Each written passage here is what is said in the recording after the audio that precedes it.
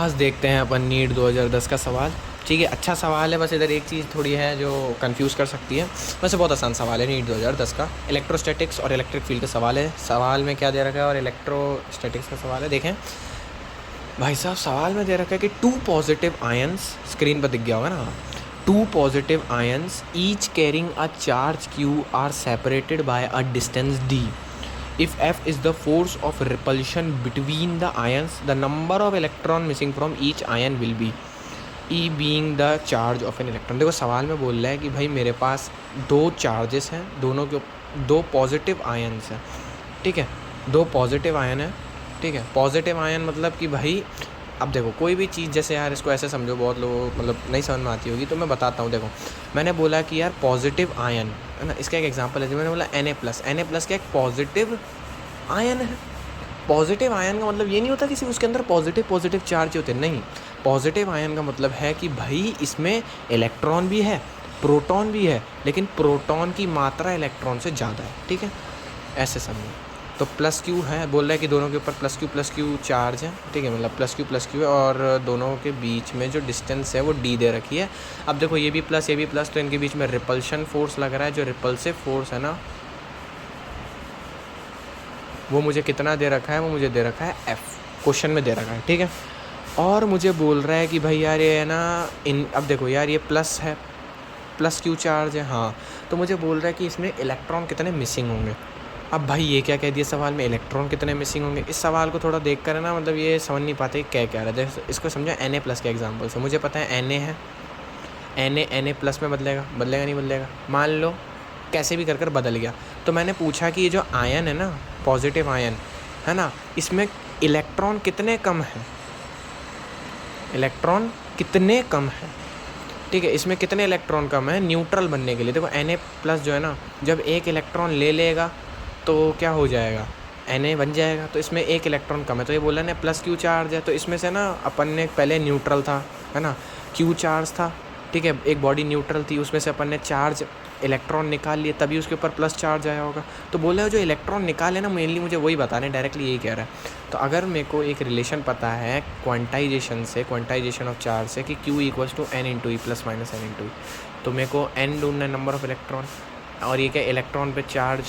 ठीक है, और ये Q तो जो चार्ज अभी अपन निकालेंगे आ जाएगा उससे। ठीक है, ये जो Q है वो क्या है, ये वाले चार्जेस हैं। ठीक है, और मुझे एक और चीज़ दे रखी है सवाल में कि भाई इलेक्ट्रॉन बीइंग द चार्ज, मतलब जो इलेक्ट्रॉन है ना,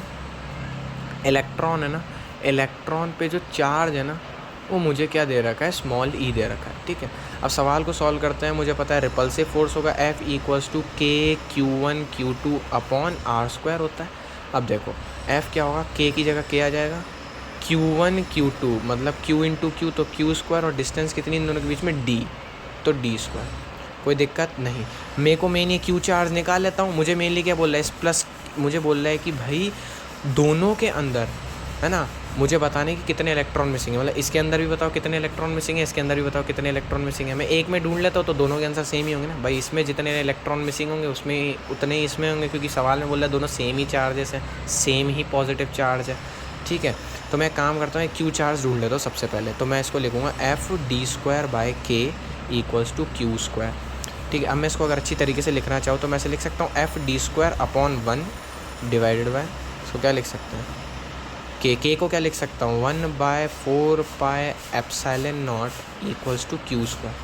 तो यहाँ से मैं Q² की वैल्यू अगर निकालूँ तो क्या आ जाएगी, 4πε0 FD²। ठीक है, ये ऊपर चला जाएगा, ये भी इधर चला जाएगा, तो Q = √4πε0 FD²। कोई दिक्कत नहीं भाई, कोई भी दिक्कत नहीं। ठीक है, मुझे चार्ज पता लग गया। ठीक है, तो ये वाला रिलेशन लगाऊंगा मैं, Q = +- Ne। ठीक है, मुझे चार्ज पता है, मुझे इलेक्ट्रॉन पे जो चार्ज बोल रहा है तो वो तो E दे दिया, स्मॉल e। ठीक है, नंबर ऑफ ये ढूंढना, तो इस क्वांटाइजेशन से मैं सिंपल सा ढूंढ लूँगा। Q कितना है, इतना, तो मैं लिखूँगा √4πε0 FD²। ठीक है, = N × E, N की जगह N, E क्या है भाई, इलेक्ट्रॉन पे चार्ज मुझे कितना दे रखा है, E तो दे रखा है, क्वेश्चन में ब्रैकेट में तो वो लिख रखा होगा E being the charge of an electron. ठीक है, तो ई को यहाँ भेज देता हूँ, तो इसको ऐसे कर देते हैं, ठीक है, एन लिख लो। अब यहाँ पर मुझे है ना ऑप्शन में है ना ऐसे ही कुछ करके दे रखा है। ऑप्शन में मुझे जो आंसर दे रखा है ना वो कुछ ऐसे दे रखा है, क्या कैसे दे रखा है, 4πε0 f(d²) अपॉन √e², ऐसे कर कुछ आंसर दे रखा है। देखो ये आंसर और ये दोनों आंसर सेम है, क्यों? देखो ऊपर वाली वैल्यू तो देखो दोनों की सेम है, नीचे वाली वैल्यू को अगर मैं गौर से देखूँ, अगर √e² है, जब मैं स्क्वायर रूट खोलूँगा तो ई तो बाहर आएगा। भाई मैंने बोला √2² या मैंने बोला 2, बात तो एक ही है ना भाई, इसको खोलोगे तो 2 ही बाहर आएगा, ठीक है। तो वहाँ पर भी तो ऑप्शन नंबर अपन का करेक्ट होगा यहाँ पर ऑप्शन नंबर सी, ठीक है। आसान सवाल था, बस यहाँ पर समझना इलेक्ट्रॉन मिसिंग का मतलब है कि भाई यार वो न्यूट्रल था, न्यूट्रल से उसको पहले पॉजिटिव चार्ज मिलाएगा ना, तो कितने इलेक्ट्रॉन कम कर दिए अपन ने, मेनली यही पूछ रहा है। तो इसमें कितने इलेक्ट्रॉन कम करे, तो अपन ने देखा कि इसके अंदर अपन ने इतने इलेक्ट्रॉन कम कर दिए, ठीक है। कैसे ढूंढा, क्वांटाइजेशन लगा दिया, Q = N × E।